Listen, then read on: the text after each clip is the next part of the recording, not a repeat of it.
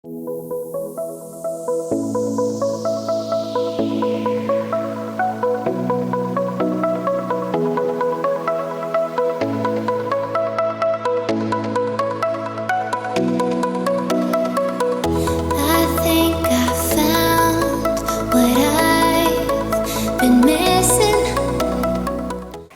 you guys, welcome back to my channel. Today's video is going to be a little bit different. I'm going to be doing a Q&A/bake with me. I put a story out on my Instagram a few days ago asking you guys to ask me questions that you want me to answer. I came up with a list, I have it all here on my phone, and I'm going to be answering a few questions while we make chocolate chip cookies. So if you're interested in watching this, stay tuned. All right, let's get going. So baking is one of my favorite things. I don't love cooking. My husband's more of a cook rather than me. So I don't make a lot of dinners. I have about 3 that I know how to make, but I love baking. So I'm always making like cookies, brownies, stuff like that. I have a major sweet tooth. So we are just going to be making the Nestle Toll House chocolate chip cookies today, super simple. And we are going to be getting started. So I have my little measuring bowl and I always do liquid ingredients first. So we're gonna start with that. And I am just going to read off the first question. So the first question is, what is your favorite permanent color line? This is kind of a hard one. I am not someone who likes to commit myself to one color line or even one product line, one tool line, anything like that. I like to use a bunch of different things. But I will say one of the only times I actually use permanent color is when I am covering gray. And my favorite gray coverage permanent line is Joico Age Defy. They have double pigments, they have NAs, they have a bunch of different options, and I feel like they do cover pretty well. So when I stock up on all of my double pigments, it's always Joico Age Defy. I always stock my cabinets with 4NN, 5NN, 6NN, 7NN, 8NN, and then all of the NAs as well within those levels. And that's usually the only time I ever use permanent color. So I would have to say probably Joico Age Defy. Okay, so I just added in the vanilla. Now I'm going to be softening this butter and adding this in. Okay, now that butter's all softened up, I'm adding it into the vanilla. And I'm going to whisk that all together. Okay, now we're adding in the eggs. I don't know why I always do liquids first, but I did learn that from I think my mom or my dad years ago when baking. So it's just kind of become a habit. So I added the butter, the vanilla, and the eggs, and then we're gonna move on to like the baking soda, the salt, and all of that. Okay, so the next question is, how often should you use Fanola No Yellow shampoo? If you guys have followed me for a minute, you know that I am sponsored by Fanola. They are one of my favorite product lines. I absolutely love everything in their line, but the No Yellow shampoo is like my absolute favorite. I have tried almost every purple shampoo out there and nothing holds a candle to Fanola. I'm not just saying that because I am sponsored by them, it actually is true. And if you are a stylist that has used that, you know. The only downside is since it is so pigmented, you have to be careful with it. So especially with extensions, those are so porous, you want to be very, very careful. So when I'm purple shampooing extensions, I dip them in a bath so that it goes a little bit slower. And with your own hair, I usually mix it with regular shampoo or I just leave it on and take it off really quickly. But I always say a good rule of thumb for blondes is once a week for your hair is a good time to purple shampoo. But if you only wash your hair once a week like me, then once every 2 weeks. Once every other wash or once a week is usually a good rule of thumb. Okay. Now I have all those liquids mixed up, so I'm going to be adding in baking soda and salt. So I've got 1 teaspoon of each. I got these gold measuring cups and measuring spoons at Target, and I'm seriously obsessed. I'll try to find them and link them in the description box below. But I love them because I love everything gold and they match the hardware on my kitchen cabinets. Okay, the next question is, does your husband work for your company? No, he does not. He actually has a full-time sales job. He absolutely loves it. He just finished school last summer. That was a long haul. He was in school for about 5 years, so we're grateful that that's done. But he does his own thing. He helps out here and there. He'll stop by, and he's pretty involved. I mean, he's the Z in Jay-Z, but he was definitely more involved in the beginning when we were up and coming and we needed help running things and getting things going. He'll do little things like run errands for me or like hang things up at the salon, but he does have his own job. Do you have advice for a stylist that feels like she can't find her spot in this industry? Oh my gosh, yes. No matter how successful you are now or no matter how long you've been doing hair, I feel like every stylist has gone through that period of time where they question if this is the right path for them. Maybe they had some hard clients or they're just not loving it as much as they thought they would. Maybe building up the clientele is really hard. I feel like we all go through that and it just takes time. The biggest piece of advice I have for you is say yes to every opportunity that you get. build your confidence, build your clientele. Even if that means you have to do free services just to get practice or content, start doing things that give yourself more confidence and gives you more comfort behind the chair, because you never know what appointment's gonna spark like your interest and your passion again.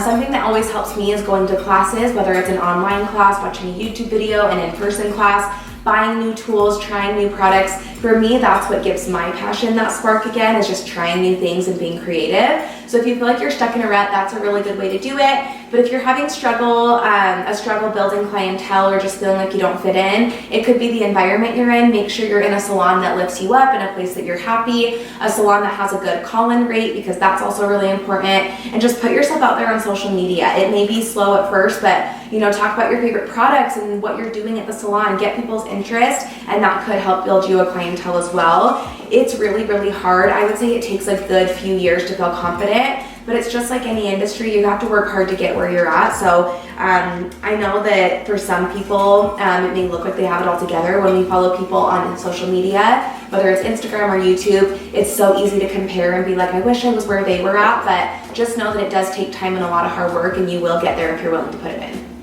Okay, now for the sugar, my favorite part. So we are going to be using brown sugar and granulated sugar today. So it's 3/4 cups of each.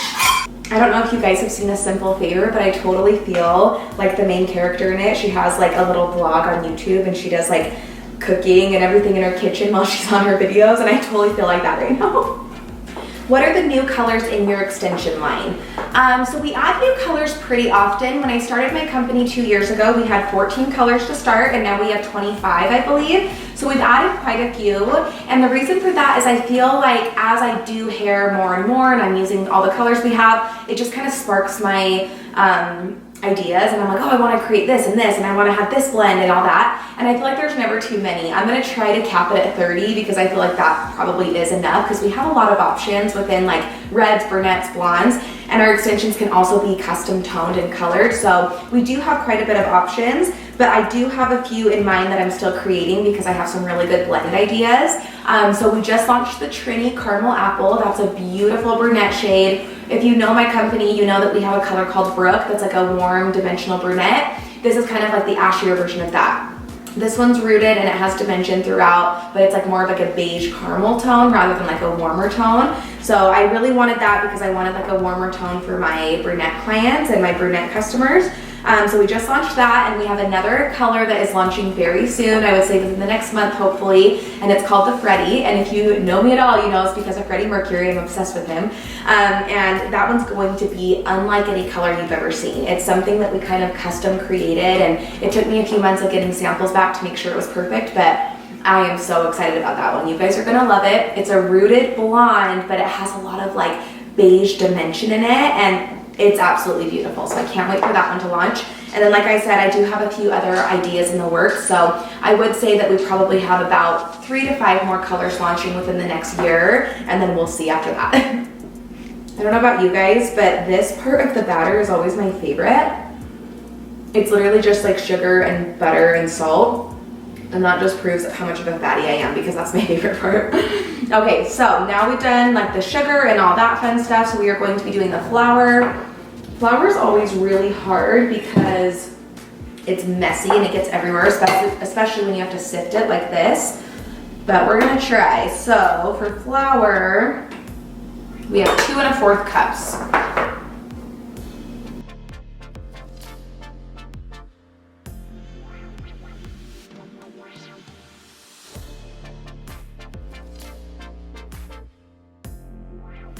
Okay, how do you handle clients who are unhappy and want a refund?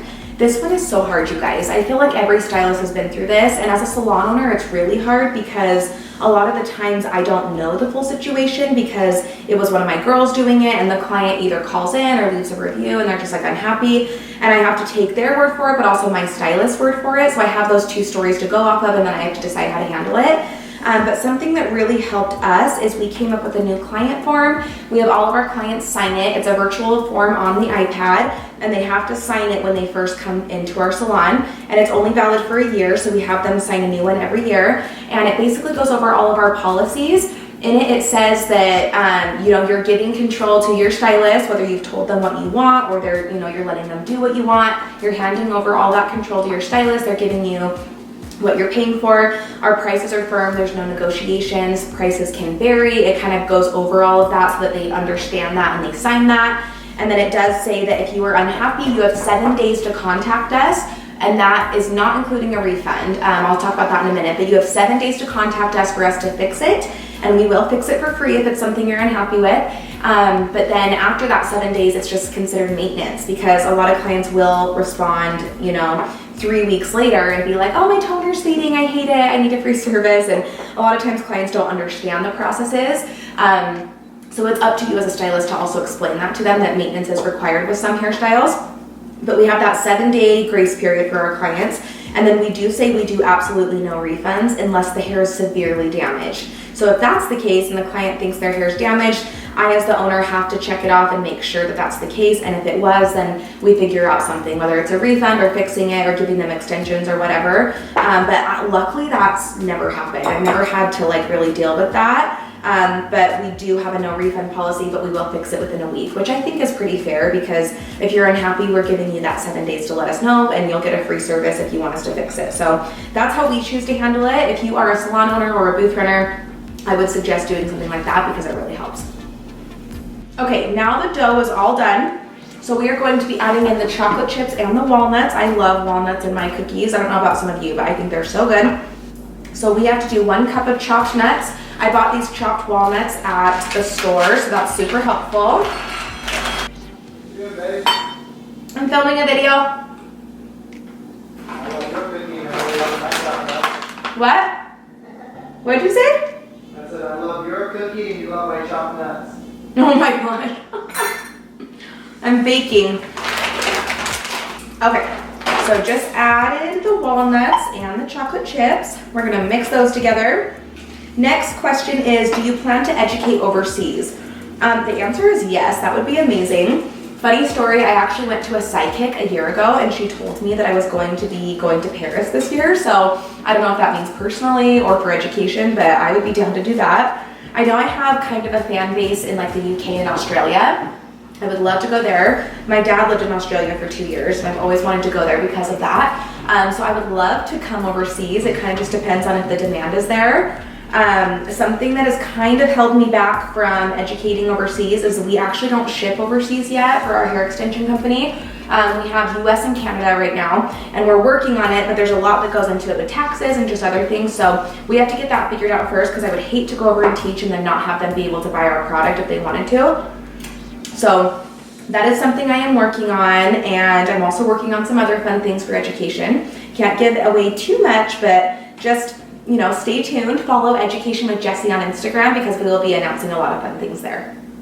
Next question is, how did you get involved with Kevin Murphy? So when I first opened my salon, we had reps stopping in all the time from different product lines and different stores, and I never really paid attention just because I was like, oh, they're just trying to sell me on something. But when Kevin Murphy stopped in, I really paid attention because I had heard great things about them. They gave me some products to sample. I fell in love with them immediately, unlike anything I've ever used. But if you use Kevin Murphy, you know what I mean.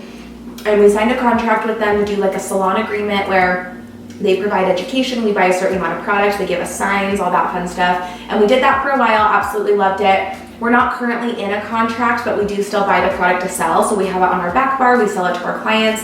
Absolutely love it. If you guys are interested in it, I'm sure you can find a rep in your area. Maybe you could call them or go to their website and they'll probably have more info. Okay, I'm just preheating the oven to 375. And now I'm going to be putting these cookies on a sheet. Okay, I don't have pan or any more sticks of butter, so I'm going to be greasing this sheet with butter out of the tub. I hope this works. This is not a baking channel, so if I'm doing this wrong, I'm so sorry. Okay, next question. How do you keep up on your own education? That is a really good one. It's kind of hard for me to go to classes in person since I'm so busy, but I do a lot of online education. So I watch a lot of YouTube channels. One of my favorites is Jamie Dana Hairstylist. She's actually a friend of mine. Love her so much. She has a really good channel. Guy Tang, of course. I've been watching him from the beginning. And I just try to find channels, like I'll just like Google like hair things, and I just like to find a lot of education that way because there's so many good things out there. Instagram's also a great tool for that too. I feel like I follow a lot of people that try to educate on Instagram as well, which is awesome. And then recently I have been watching Jamie C. She's Pretty Little Ombre on Instagram. She has an education program called Salt Society, and they are amazing. They have a bunch of online videos, and I actually have purchased quite a few of those lately, and I've just been watching them to kind of like refresh my skills and get excited about it again. So that's my favorite way to keep educated. But also every time I teach, I feel like I learn something. I'm working with so many stylists all the time when I'm teaching that they end up teaching me things. And I think that's like the best part about education is we can all help each other. All right, what do you do in your free time? Ooh, that is a really good one. I feel like I don't have much free time, and I am the personality type that I love working so much, and it could just be because I have my own business and it's my baby, but I have a hard time taking time off, and when I'm home, I like don't know what to do with myself. So to be honest, when I'm home, I'm either cleaning my house, editing a video, working on Instagram stuff, education behind the scenes. I'm always working. But when I'm trying to just take time to myself, I go to the gym, I go tanning. That sounds dumb, but those are like the things I do for myself. I get my nails done.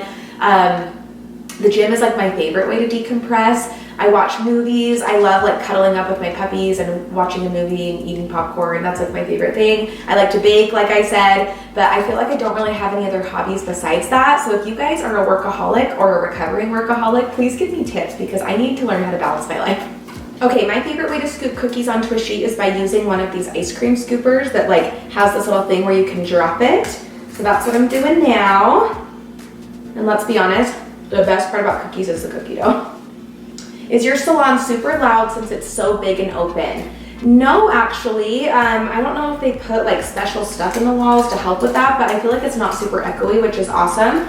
It is loud just because we have, 16 stylists and the radio and a store and all that, but I wouldn't say it's a problem. When I'm filming videos, sometimes it's hard because it can be loud in the background, but I try to do mostly voiceovers to help that. And then also I have an education room now, so I can film in there if it gets too noisy as well. What's your favorite and least favorite thing about owning a salon? Oh gosh, this is a good one. My favorite thing is probably that I've created like a fun work environment for a bunch of stylists, and we've all become like family. So I love that I have this little family that I've created. It's like so much fun. And the fact that it employs my family full-time is incredible. So that's probably my favorite part. My least favorite part is that a lot of people don't understand the work that goes into it, and that's more like my whole job rather than just owning a salon. Like I have so many jobs. Like I'm a salon owner, I'm an educator, a YouTuber, a stylist. I own the extension company. Like I have a lot to do. And my least favorite part is probably just that I have so many things to do that it's a little overwhelming sometimes, and that I put that on myself, I'll be honest. Like I said, I don't know how to stop. But luckily I have the best family, the best staff to help me out.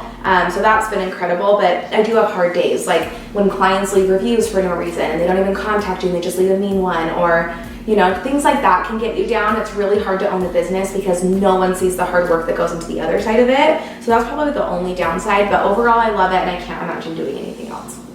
How do you use 2 different tape and colors to create dimension? This is a really good one. I should do a video on this actually, but if you have 2 different extension colors, you never want to put them together in the same sandwich. Like, let's say we're using a Kendra and a Brook. You don't want to do 2 Kendras, 2 Brooks. It's going to look stripey, especially if you have like a solid and a dimensional color together, but you want to make sure that you layer them together. So either a Kendra on top and a Brook on bottom, or a Brook on top, Kendra on bottom. And I always like to flip it and rotate depending on where I want the colors to, look on the head. So I'll put like the lighter ones on top or on the face, the darker ones on top wherever I need depth. And you kind of just eyeball it and see where it's going to look best. You can do the same thing with wefts now that we have half wefts. It's a really cool way to create dimension and a customized tone for your client. So I will definitely do a video on that one because that's a really good one. Would you consider doing a brunette series, toning, extensions, etc.? Yes, I love that idea. I'm always looking for really fun series to do here on my channel. I had the beauty school series for a while, absolutely loved that. I have a fun series that's in the works right now that I hope you guys are going to enjoy, but that's a really good one as well, especially because on this leg of my education tour, I have been doing extension certifications and brunette classes. We did blondes all last year, so I thought focusing on brunettes this year would be really fun. Brunettes aren't really my comfort zone, but I love teaching them and kind of getting into them more because it's given me kind of like a bigger skill set, and it's been really fun. So I'll definitely do a brunette series. I love that idea. Okay, next question is, how do you blend thick to medium length hair with extensions? I love this question. I talk about this a lot in my education classes. When we do our certifications, we talk about the 6 golden rules of hair extensions. Some of them include having enough hair, the right color, the right placement, blending. All of that is super important. I would say the best way to learn things like this is to come to an education class that certifies you, but I will do a little video talking about these 6 golden rules on a smaller scale so you guys can kind of understand. But I would say the best and most important thing is making sure that they have enough hair. A lot of clients will think they can buy like 1 bag of tape-ins for length and fullness, and that's just not the case. It's usually a 2 bag minimum for length and fullness, but depending on the thickness of the client's hair, they can need 3 or 4 bags. And it's the same with wefts. We always say 1 to 2 for a full head, and the more hair you have, the more hair extensions you're going to need. How do you balance yourself and keep yourself motivated? This is a good question, one that I've already touched on. I'm not very good at balancing my life, but I would say going to the gym has been like the biggest thing for me.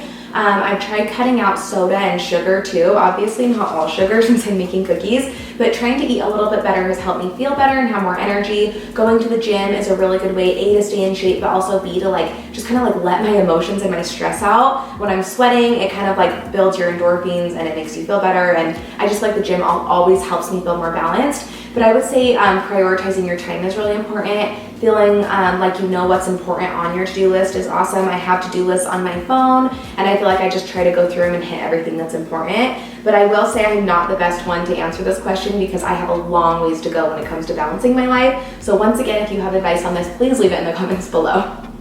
Okay, we're gonna put these cookies in the oven now. What I love about the Nestle chocolate chip cookies is that they literally take like no time to make. That was so quick, and then they bake for like 9 to 11 minutes and they're done. So I love those. This is like my go-to recipe. Not sponsored. That totally sounded sponsored, but no way am I being sponsored by Nestle. But I have a few more questions, so let's get through those right now. When to regular highlight and baby light, and when to teasy light or balayage? This is a great question. I feel like baby lights are so great, but when you're doing baby lights that are like fully packed in, you want to make sure that you're only doing that when your client wants to be a lot brighter. If they want to be brighter but want subsections, you leave bigger subsections so they have some depth. But I would say I baby light a lot for those type of clients. And then if you're doing teasy lights or a balayage, that's really for like brunette clients that are A, wanting to go lighter, or B, just wanting to add some dimension. So if your client is brunette, that's when you're going to do the balayage teasy lights. And when your client's blonde, that's when you're going to do more baby lights.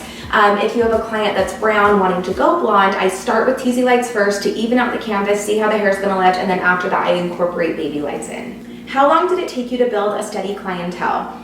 I would say a good year or 2. When I first started out, I was lucky because my mom does hair and she was kind of transitioning out of it, so I got a lot of her overflow clients. But honestly, like word of mouth and just like posting really helped me. I was doing a lot of people from high school, they would tell their friends. I ended up doing a lot of old friends that way, and then just posting on Instagram really made my career take off. That was when Instagram was kind of newer, and so I noticed just posting before and afters was my biggest thing. I think a lot of times clients will relate to a before picture and be like, oh my gosh, my hair looks like that and it could look like this. So I think before and afters are still such a great tool. Make sure you're consistent with posting, say yes to everything. The stylists at my salon that have built quickly are the ones who are willing to work late hours, work weekends. The ones that want to work 9 to 5 and that's it, that's totally fine. But if you're trying to build, that's a little bit harder. So I would say that comes later on when you're already established. Like for me, I work 1 day a week, Thursdays, and I don't work any weekends. That Thursday I do work late nights, but that's my only day, so it's really nice. And I've gotten to that point because I've taken 5 years to build my clientele and get here. So just know that it takes patience and it's going to happen, but you have to be willing to put in the hard work. And I'm always impressed with stylists who are willing to say yes to anything. Okay, you guys, so that was my little Q&A for today. I hope you enjoyed this. If you have any questions you would like me to answer in the future and another Q&A, please leave them in the comments below, or you can follow me on Instagram and DM me. We keep track of all of the questions I get, and I will do another video soon. I hope you enjoyed this little baking with me / Q&A. Don't forget to like and subscribe. Have a great day, and thanks for watching.